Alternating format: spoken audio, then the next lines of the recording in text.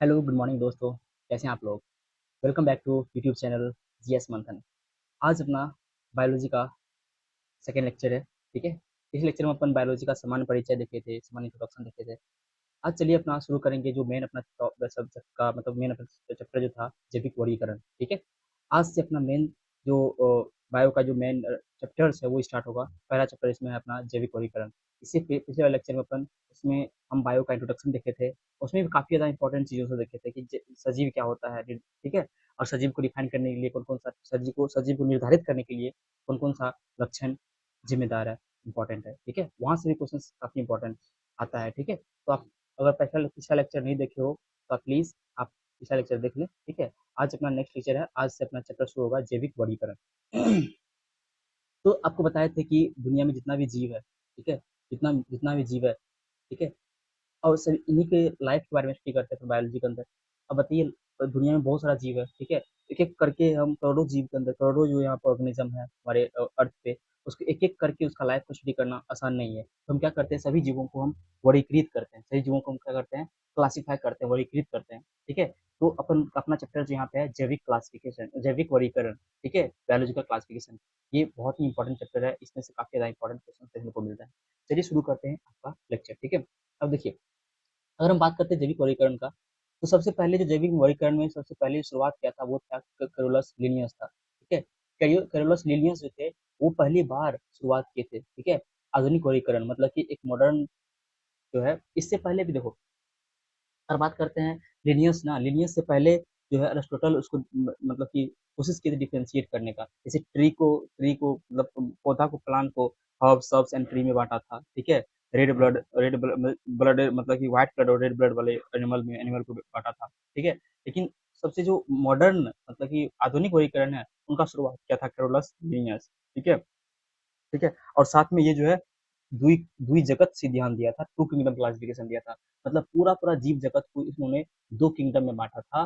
ठीक है, Plantae and Animalia. ठीक है, प्लांट और एनिमल में बांटे थे कौन, कैरोलस लिनियस। तो ध्यान रखना आपकी द्वि जगत सिद्धांत किसने दिया था, तो दिया था कैरोलस लिनियस। यहाँ से इंपॉर्टेंट क्वेश्चन से आपको मिल गया आपको कि कैरोलस लिनियस जो थे वो क्या दिए थे, द्वि जगत सिद्धांत दिए थे। ठीक है, पूरा पूरा जीव जगत को दो किंगडम में बांटे थे। ठीक है, कौन कौन सा किंगडम, किंगडम एनिमेलिया और किंगडम प्लांटी। ठीक है, और देखिए, उन्होंने जीवों की जंतु जंतु जगत मतलब किंगडम एनिमल एंड पादप जगत किंगडम प्लांटी में बांटा। ठीक है, इसलिए लिनियस को वरी, अब इसको हम वर्गीकी का मतलब ये जो क्लासिफिकेशन है टेक्सोनॉमी का पिता ही बोलते हैं, वर्गीकी का पिता बोलते हैं। ये भी ध्यान रखना आप, लिनियस को जो है आप वर्गीकी का पिता बोलते हैं। ठीक है, टेक्सोनॉमी का मतलब यही होता है। ठीक है, तो अपन नेमिंग करते हैं ना, जो वर्गीकृत करते हैं, इसको सारा कुछ हम टेक्सोनॉमी के अंदर पढ़ते हैं। ठीक है, ये जो क्लासिफिकेशन वगैरह सब है या नोमेनक्लेचर है, ये सब का सब भी हम टेक्सोनॉमी के अंदर ही करते हैं। ठीक है, तो टेक्सोनोमी का फादर कहा जाता है इसको, कैरोलस लिनियस को।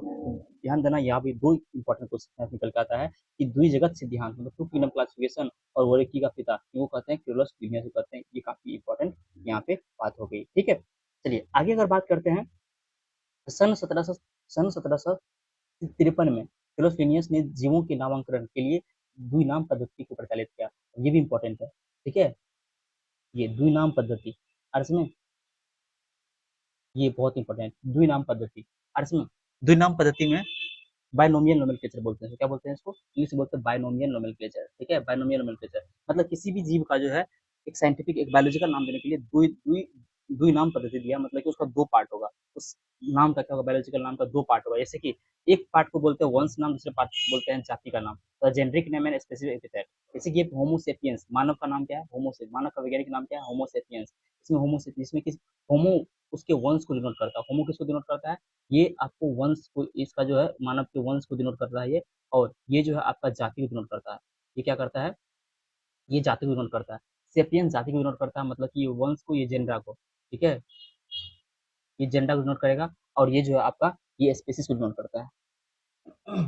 ये जो है ये आपका स्पेसिस, स्पेसिस को डिनोट करता है। ठीक है, स्पेसिस और ये जेंडरा, जेंडरा बोले तो जेनेरिक नेम बोले तो वंश को डिनोट करता है, और ये जाति को डिनोट करता है। ऐसे भी हर एक नाम, जैसे सोलेनम ट्यूबरोसम, आलू पोटैटो का नाम है Solanum tuberosum. Mangifera indica mango का नाम है, मेंजीफेरा इंडिका, मेंजीफेरा हो गया आपका उसका नाम हो गया वंश का, और इंडिका हो गया आपका जाति का नाम। मेंजीफेरा इंडिका, सोलेनम ट्यूबरोसम, ठीक है, पेंथेरा लियो, पेंथेरा टाइग्रिस, ये सब अलग अलग नाम है, और इसमें अलग अलग ऑर्गेनिज्म का। ठीक है। तो इसमें जो है द्विनाम पद्धति, आपको यहाँ पे आपके लिए क्या इंपॉर्टेंट है, आपके लिए यहाँ पे इंपॉर्टेंट है कि द्विनाम पद्धति को प्रचलित किसने किया, द्विनाम पद्धति को प्रचलित किया था क्रोलस लिनियस ने, कब 17 में।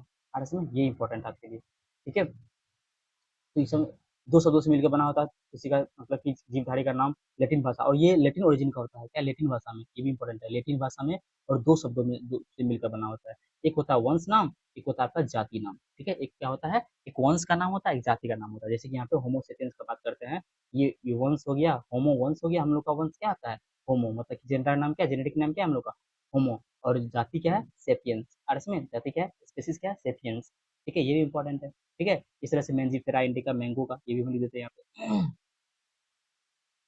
देखिए। उस तरह से मैंगो का बात करते हैं, मैंगो का, मैंगो का, मैंगो का क्या है, मेंजीफेरा इंडिका, मेंजीफेरा,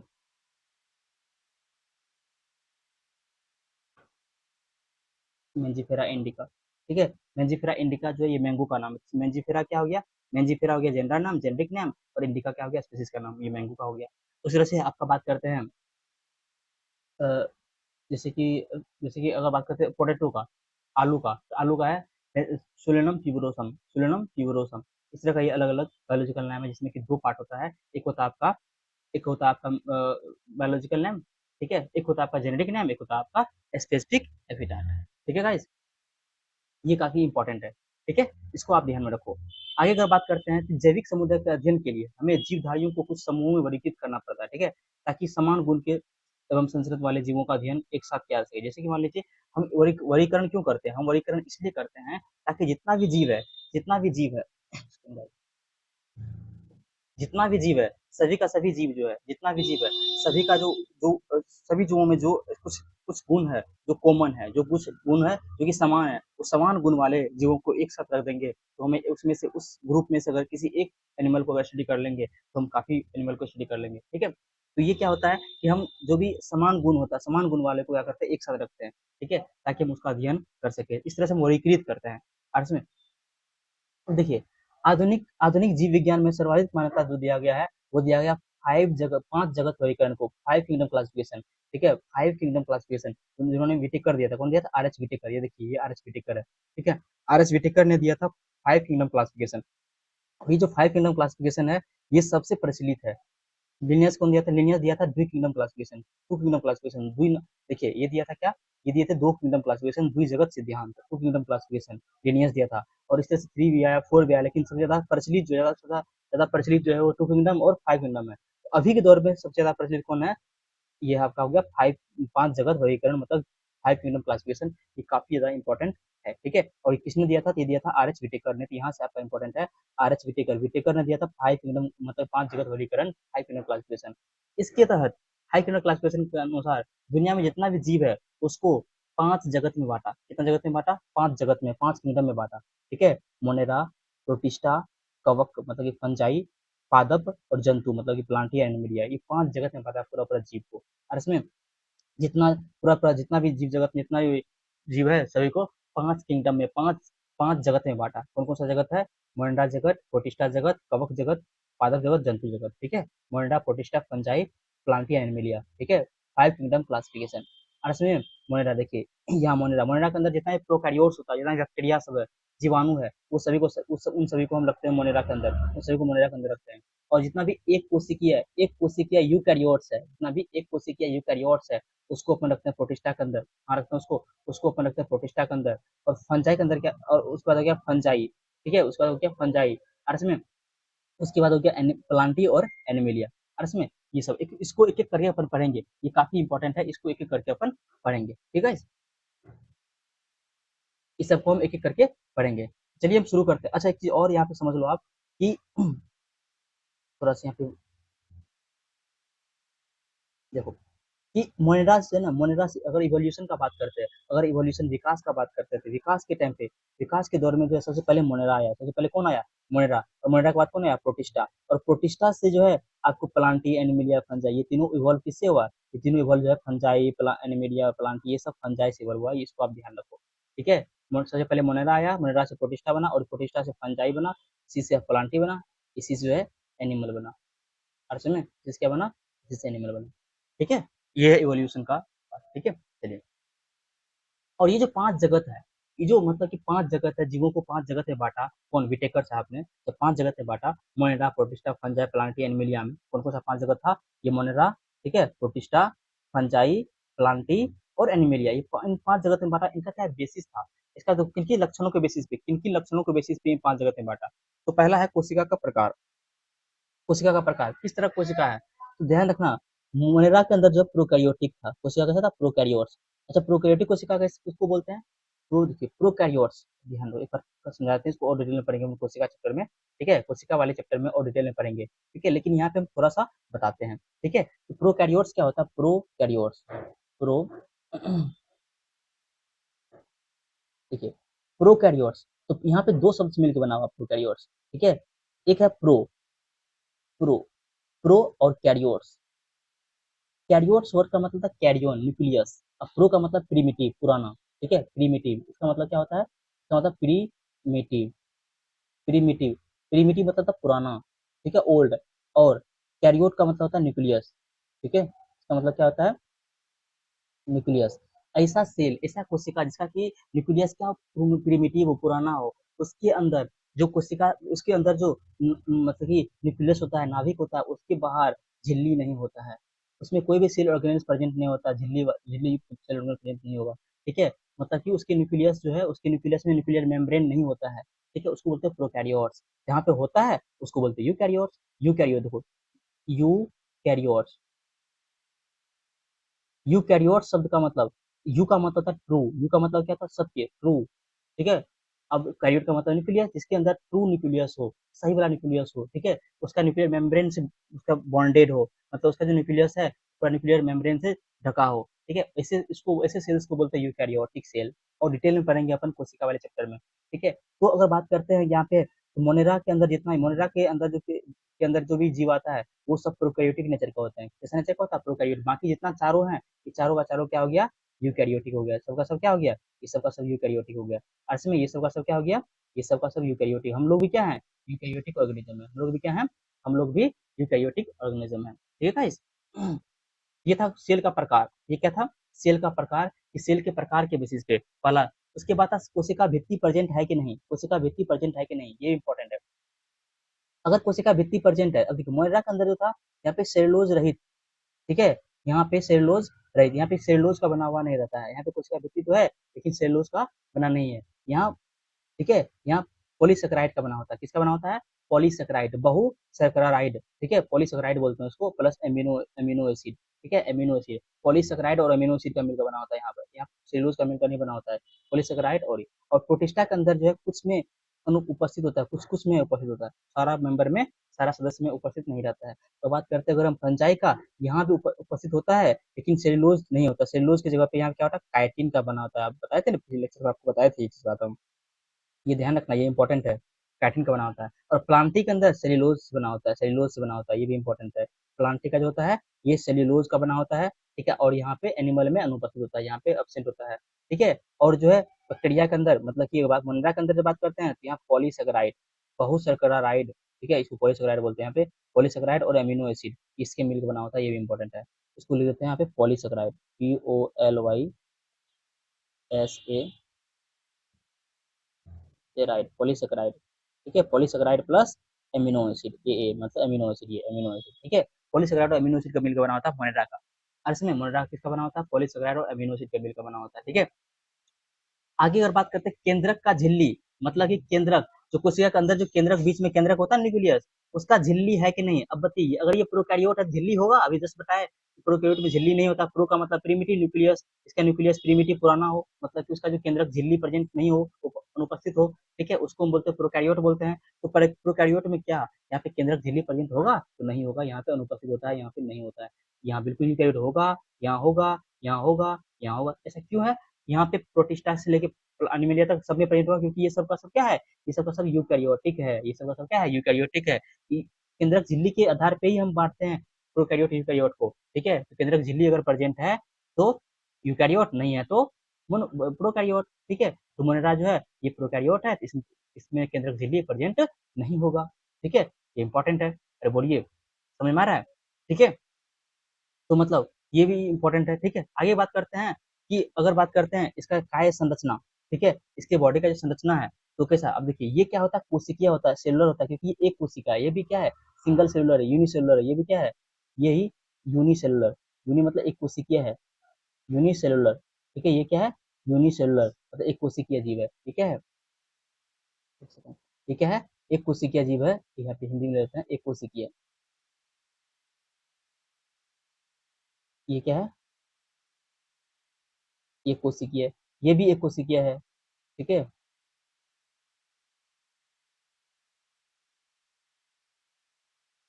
ये भी एक कोशिकीय है, मतलब मोनेरा और प्रोटिस्टा दोनों क्या है, एक कोशिकीय जीव है। और फंजाई से लेके ये सब क्या है, ये बहुकोशिकीय है, फंजाई प्लांट एनिमलिया क्या है, ये बहुकोशिकीय है, ये सब क्या है, ये सब बहुकोशिकीय है। अर्थ में तो फंजाई प्लांट एनिमलिया क्या है, बहुकोशिकीय जीव है, जबकि मोनेरा प्रोटिस्टा ये क्या है, एक कोशिकीय है, अर्थ में। और प्रोटिस्टा जो एक कोशिकीय में भी यूकैरियोट है और ये एक कोशिकीय प्रोकैरियोट है, ध्यान रखना है आपको, ठीक है। तो संरचना कैसा होगा इसका, इसका इसका जो बॉडी संरचना कैसा होगा इसका, ठीक है, यहाँ पे कोशिकीय होगा, ये भी इसका क्या है, कोशिकीय होगा, क्योंकि कोशिका से मिलकर बना हुआ है। अब यहाँ पे क्या है, फंजाई के अंदर क्या है, बहुकोशिकीय, क्या है ये बहुकोशिकीय, साथ में यहाँ पे अदृढ़ उत्तक, मतलब कि यहाँ पे जो है, यहाँ पे उत्तक उत्तक का बना होगा, मतलब एक से अधिक सेल से मिलकर बना होगा। यहाँ पे उत्तक भी होगा, अंग भी प्रेजेंट होगा और उत्तक तंत्र भी प्रेजेंट होगा। यहाँ पे उत्तक अंग और अंग तंत्र से मिलकर बना होता है, अर्थ में पूरा बॉडी, ये चीज हो गया। उसके बाद बात करते हैं यहाँ पे पोषण का, अगर पोषण का बात करते हैं, न्यूट्रिशन का बात करते हैं, पोषण का जो विधि है, ये जो होता है मुनरा, ये स्वपोषी होता है। और स्वपोषी दो तरह का होता है, एक होता है कीमोसिंथेटिक, ठीक है, एक होता है रसायन संश्लेषी, एक होता है प्रकाश संश्लेषी। रसायन संश्लेषी में क्या होता है, वो क्या करेगा, किसी जो है रासायनिक पदार्थ का ऑक्सीकरण करके, ठीक है, वहां से ऊर्जा लेके तब खाना बनाता है। और प्रकाश संश्लेषी क्या करता है, सूर्य से प्रकाश लेके उसकी हेल्प से खाना बनाता है, ठीक है, उसको बोलते हैं प्रकाश संश्लेषी। और जो रासायनिक पदार्थ को ऑक्सीडेशन करके, मतलब उसको जैसे नाइट्रोजन वगैरह सबको, ठीक है, अमोनिया वगैरह सबको करके अगर अपना फूड बनाता है, उससे एनर्जी पहले क्या करेगा, पहले क्या करेगा, रासायनिक पदार्थ को ऑक्सीकृत करेगा और उससे जो एनर्जी निकलता है उसको यूज करता है, उसको उपयोग करता है, उसका उपयोग करता है खाना बनाने में, मतलब कि उसको बोलते हैं हम, उसको बोलते हैं रसायन संश्लेषी, क्या बोलते हैं उसको, रसायन संश्लेषी। और जो प्रकाश का यूज करता है उसको प्रकाश संश्लेषी बोलते हैं। तो ये जो बैक्टीरिया जो होता है, ये रसायन संश्लेषी प्लस प्रकाश संश्लेषी दोनों तरह का होता है, तथा और कुछ को यहाँ पे मैक्सिमम क्या होता है, परपोषी होता है, परपोषी मतलब मृतपोषी और परजीवी होता है, ठीक है। तो देखो मोनेरा के अंदर तो कितना डाइवर्सिटी है, कितना यहाँ पे विभिन्नताएं हैं, ठीक है। ये जो आपको स्वपोषी भी होता है, स्वपोषी में भी कीमोसिंथेटिक भी होगा और फोटोसिंथेटिक भी होगा, मतलब कि रसायन संश्लेषी भी होगा और प्रकाश संश्लेषी भी होगा। और साथ में स्वपोषी के साथ साथ ये परपोषी भी होता है, परपोषी में ये मृतपोषी होगा, मृतपोषी होगा, साथ में ये परजीवी भी होगा, और उसके बाद बात करते हैं अगर प्रोटिस्टा का, तो प्रोटिस्टा जो है ये भी स्वपोषी और परपोषी दोनों होता है, लेकिन ये कीमोसिंथेटिक नहीं होता, ये आपको प्रकाश संश्लेषी होता है, प्रकाश संश्लेषी, और साथ में परपोषी भी होता है ये। और बात करते हैं फंजाई का, तो फंजाई क्या होता है, परपोषी होता है, ध्यान रखना, परपोषी में भी मृतपोषी और परजीवी, मतलब कि ये सेप्रोफिटिक, मृतपोषी का मतलब मृत जीवों के ऊपर फीड करता है, मृत जीवों के ऊपर रहता है ये, अर्थ में मृतपोषी, साथ में परजीवी, मतलब कि ये पैरासाइट के रूप में भी रहेगा ये। उसके बाद बात करते हैं प्लांटी का, प्लांटी स्वपोषी होता है, उसमें भी सिर्फ एक ही प्रकाश संश्लेषी, प्लांटी प्लांटी जो है, पादप जो है, पौधा जो है, वो क्या होता है, स्वपोषी में भी सिर्फ प्रकाश संश्लेषी होता है, ध्यान रखना है आपको ये चीज। और बैक्टीरिया का बात करते हैं, मोनेरा का बात करते हैं, मोनेरा में मैक्सिमम क्या होता है, परपोषी होता है, ठीक है, कुछ कुछ स्वपोषी होता है लेकिन मैक्सिमम परपोषी होता है, ठीक है। और यहाँ प्लांटी में सबका सब क्या होता है, स्वपोषी में भी कैसा, प्रकाश संश्लेषी, यहाँ पे रसायन संश्लेषी नहीं होगा, यहाँ प्रकाश संश्लेषी होगा। और एनिमिलिया का क्या होता है, एनिमिलिया में बात करते हैं, जंतु में बात करते हैं, तो सबका सब परपोषी होता है, ये प्राणी संभोजी और मृतपोषी इत्यादि होते हैं, अर्थ में। उसके बाद अगर बात करते हैं यहाँ पे, ठीक है, प्रजनन की विधि का बात करते हैं, प्रजनन की विधि का, यहाँ पे संयुग्मन होता है, ठीक है, यहाँ पे बैंडिक फ्यूजन होता है, ठीक है, अर्थ में संयुग्मन होता है, और यहाँ पे युग्मक संलयन और युग्मन होता है। और यहाँ पे क्या होगा, बाकी फंजाई के अंदर क्या होता है, निषेचन, ये सब कुछ डिटेल में पढ़ेंगे अपन। आपको ध्यान रखना है यहाँ पे ये कि जो जो आर एच विटेकर ने जो 5 क्लासिफिकेशन दिए थे, मतलब 5 जगत में जो वर्गीकृत किए थे जीवों को, उन उन 5 जगत में किन किन लक्षणों के आधार पे वर्गीकृत किए थे, तो वो था कोशिका का प्रकार, कोशिका का भित्ति, मतलब केंद्रक झिल्ली, काय संरचना मतलब बॉडी का संरचना जो है, उसका पोषण का विधि और प्रजनन का विधि, इस सब पे क्या किए थे वो, इन सब को लक्षण को लेके जो है, मतलब कि सभी जीवों को 5 जगत में बांटा था, मोनेरा, प्रोटिस्टा, फंजा और एनिमेलिया के अंदर। ये एनसीईआरटी का डाटा है, पता है, ये जो बॉक्स दिया ना आपको, ये एनसीईआरटी का बॉक्स, ये काफी इंपॉर्टेंट है, क्वेश्चन यहाँ से काफी ज्यादा पूछता है किसी भी एग्जाम में, और इसमें ये चीज, ये इसको आप सही से समझो। अगर समझ आए तो वीडियो को फिर से बैक करके आप फिर से समझो, ठीक है। अरे समझ में तो काफी इंपॉर्टेंट ये है, ठीक है।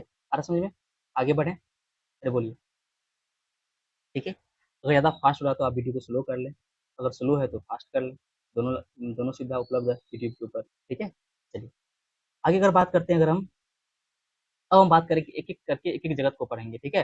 पहला मेरा है, पहला अपना यहाँ पे मोनेरा जगत, क्या है? पहला अपना है मोनेरा जगत, ये काफ़ी इंपॉर्टेंट, ठीक है। मोनेरा जगत, चलिए मोनेरा का बात करते हैं तो मोनेरा जगत के अंदर सब, मोनेरा जगत के अंदर क्या आता है? इसके अंदर बैक्टीरिया आता है, बैक्टीरिया क्या आता है इसके अंदर? इसके बैक्टीरिया मतलब जीवाणु आता है इनके अंदर, ठीक है। जितना भी जीवाणु है, जीवाणु बैक्टीरिया है, सबका सब कहाँ आता है? मोनेरा के अंदर आता है, ठीक है। सभी का सभी बैक्टीरिया जो है ये मोनेरा जगत के अंदर आते हैं, और यह एक कोशिकीय प्रोकैरियोट है। क्या होता है ये? एक कोशिकीय प्रोकैरियोट का ये समूह है, एक कोशिकीय, ध्यान रखना। ये क्या है? एक कोशिकीय, ये जो है आपको एक कोशिकीय, एक कोशिकीय, ठीक है। एक कोशिकीय प्रोकैरियोट का जीवों का समूह है, ये इंपॉर्टेंट है। और यहाँ बैक्टीरिया आता है, ठीक है। यहाँ क्या आएगा? बैक्टीरिया, बैक्टीरिया का ये अंतर्गत आता है, सभी बैक्टीरिया जो है ये मोनेरा के अंदर आएगा, और ये एक कोशिकीय प्रोकैरियोट है, ठीक है। ये चीज बता दी इससे पहले आपको हम। अच्छा, इसके अंदर जो है, ये अगर प्रोकैरियोट है तो क्या इसके पास संगठित केंद्रक होता है? अब देखिए, ना तो संगठित केंद्रक होता है और ना ही विकसित कोशिकांग। इसके कोशिका के अंदर कोई विकसित कोशिकांग नहीं होता है, कोई सेल ऑर्गेनेल्स जो है विकसित नहीं होगा, ठीक है। किसी के ऊपर झिल्ली नहीं होगा, ठीक है। इसके केंद्रक के ऊपर झिल्ली नहीं होता है, इसे बिखरा पड़ा होता है सेल के अंदर। और इसमें देखिए यहाँ पे ये है अकमोरा, मतलब बैक्टीरिया का ये सेल है। देखिए यहाँ पे क्या है, ये न्यूक्लियर डीएनए जो बस ऐसे बिखरा पड़ा है, किसी न्यूक्लियस के अंदर बंद नहीं है, यहाँ ये केंद्रक झिल्ली नहीं है, ठीक है। एक सिंपल यहाँ पे सेल होता है इसका, और इसमें लेकिन इसका बिहेवियर बहुत ही कॉम्प्लेक्स होता है, ठीक है। सिंपल यहाँ पे है, और इसमें अब देखिए यहाँ पे इनके केंद्रक झिल्ली का अभाव होता है, ये भी इंपॉर्टेंट है। यहाँ पे केंद्रक झिल्ली का अभाव होता है, ये इंपॉर्टेंट लाइन यहाँ पे हो गया। इनमें केंद्रक झिल्ली का अभाव होता है, ये इंपॉर्टेंट लाइन हो गया, ठीक है। अब बात करते हैं इनमें कुछ में कोशिका भित्ति पाई जाती है और कुछ में नहीं। इससे कुछ में कोशिका भित्ति होगा और कुछ में कोशिका भित्ति नहीं होगा। ये सब पॉइंट इंपॉर्टेंट है, ये जितना लाइन है ये सब का सब इंपॉर्टेंट है। ये हो गया, ये हो गया, ये हो गया, ठीक है। और इसमें कोशिका भित्ति कुछ में पाया जाएगा, कुछ में नहीं पाया जाएगा। पोषण के स्तर पे स्वपोषी रसायन, अब देखिए बोले ना, स्वपोषी होता है, स्वपोषी में कोई रसायन संश्लेषी होगा, कोई प्रकाश संश्लेषी होगा। तो रसायन संश्लेषी, प्रकाश अथवा विषम पोषी, मतलब कि कोई परजीवी भी, विषम पोषी भी होता है, ये हेटरोट्रॉप्स भी होता है। लेकिन अधिकतर विषम पोषी ही होता है, ठीक है।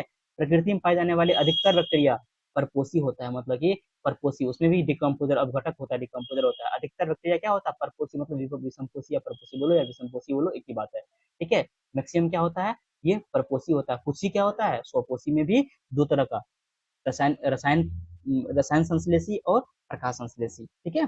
और में उदाहरण के लिए जैसे जीवाणु बैक्टीरिया हो गया, और बीजीए, ब्लू ग्रीन एल्गी, नील हरित शैवाल जिसको साइनोबैक्टीरिया बोलते हैं, ये भी आपको मोनेरा के अंदर ही आता है। और ये माइकोप्लाज्मा, ठीक है, इत्यादि। और इसमें कोई दिक्कत? ये देखो, ये सिंपल सा बैक्टीरिया का डायग्राम है, ये फ्लेजला है, बैक्टीरिया का फ्लेजला, जो कि इसको मूव करने में, इसको गति करने में सहायता करता है, ठीक है।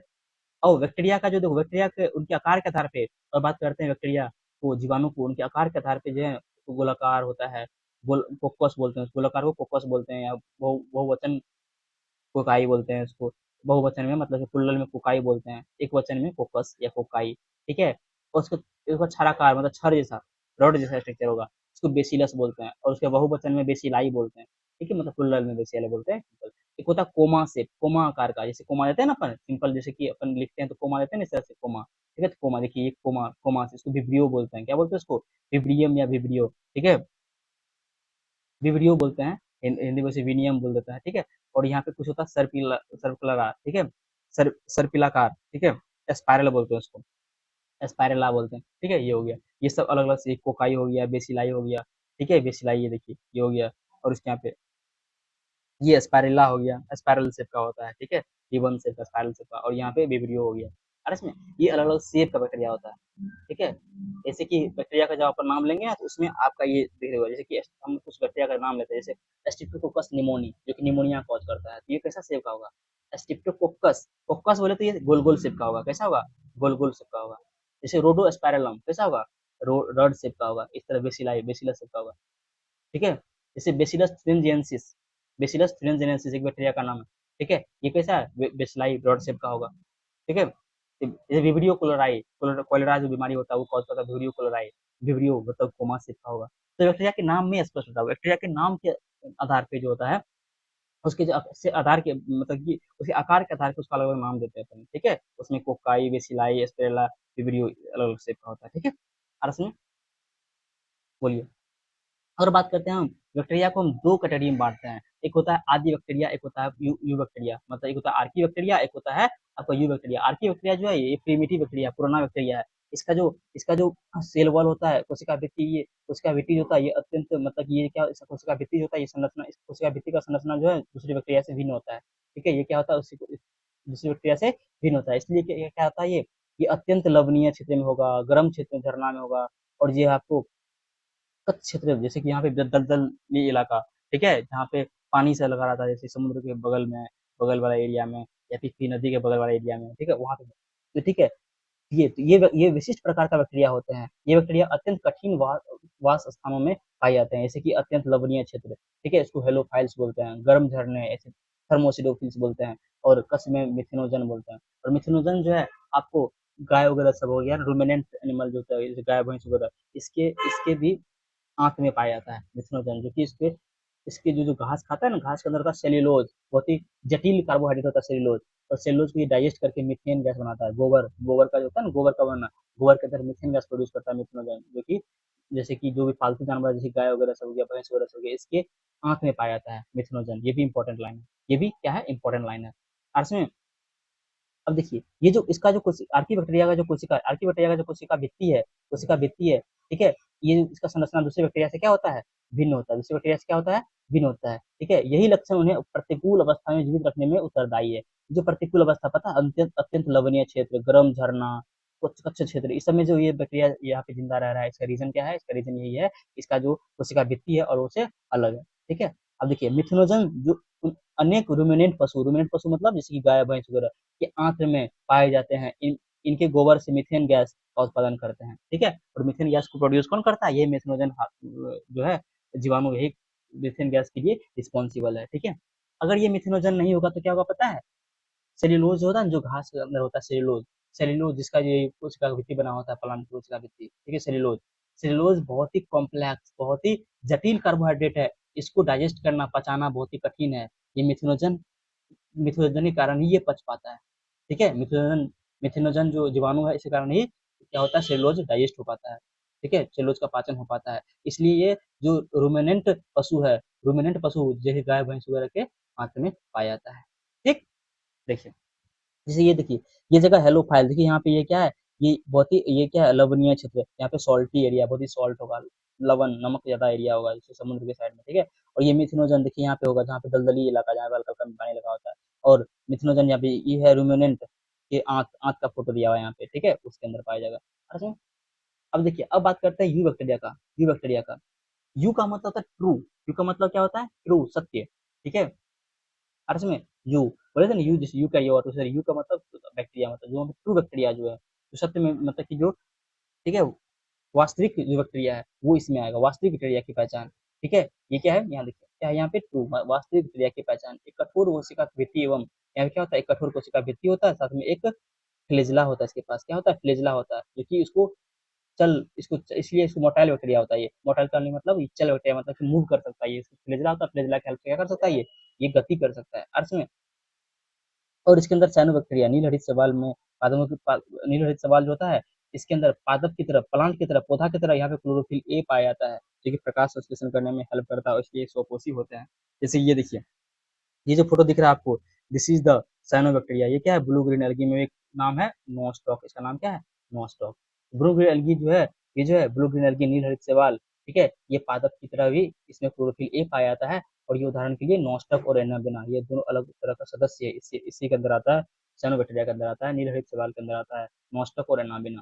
इसका काम होता है नाइट्रोजन का स्थिरीकरण, नाइट्रोजन फिक्सेशन, पर्यावरण के अंदर नाइट्रोजन का स्थिरीकरण कराता है ये अर्थ में। अरे बोलिए, ठीक है?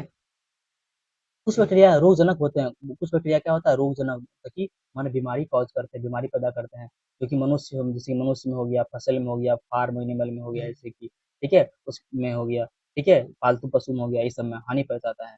जैसे कि कुछ बैक्टीरिया से होने वाली बीमारी का नाम, जैसे कि हैजा हो गया, टाइफाइड हो गया, टिटेनस हो गया, साइट्रस कैंकर, ठीक है? ये सब क्या है? ये सब कुछ बैक्टीरिया से होने वाले डिजीज का नाम है, ये इंपॉर्टेंट है, ये आप ध्यान रखो। ये सब जीवाणु से होने वाले जीवाणु से होने वाले डिजीज का नाम है। हैजा, टाइफाइड, टिटनस, ठीक है, साइट्रस कैंकर।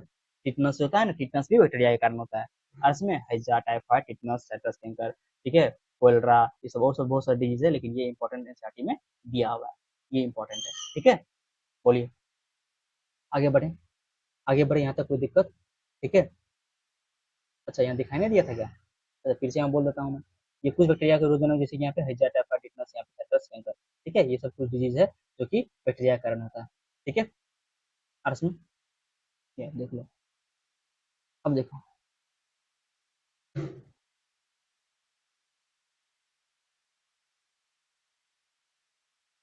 ये अपना था मोनेरा, ठीक है, यहाँ तक अपना मोनेरा खत्म होता है, ठीक है। तो इसके अगले लेक्चर में अपन पढ़ेंगे प्रोटिस्टा के बारे में, ठीक है, प्रोटिस्टा फंजाई पढ़ेंगे, ठीक है। अब देखो, एक दिन में पूरा पूरा एक थोड़ा थोड़ा कर लेके चलते हैं अपन। अगर थोड़ा फास्ट होता है तो आप इसको वीडियो को स्लो करके देख लो, ठीक है, पॉज करके देख लो, आप पढ़ के समझ सकते हो, ठीक है। इसके अगले लेक्चर में अपन पढ़ेंगे, अब देखो, पांच पांच किंगडम क्लासिफिकेशन पढ़े थे ना, उसमें आज पढ़े अपन मोनेरा पढ़े, ठीक है। इससे पहले किंगडम क्लासिफिकेशन का वर्गीकरण पढ़े, मोनेरा पढ़ लिए। अब हम पढ़ेंगे protista, fungi, Plantae and media बचा हुआ है, तो हम प्रोटिस्टा, फंजाई अगले लेक्चर में पढ़ेंगे, फिर अगले लेक्चर में प्लांटी और मीडिया को लेंगे, ठीक है। इस तरह से अपना चैप्टर ये कंप्लीट होगा, फिर आगे चैप्टर में जाएंगे अपन, ठीक है। यहाँ तक कोई दिक्कत, आई थिंक कोई दिक्कत नहीं होगा, ठीक है। Thank you guys, thank you watching for listening. और अगर आप चैनल पे नए हो तो प्लीज़ सब्सक्राइब करें, अपने दोस्तों के साथ शेयर करें, ठीक है। Thank you for watching and listening.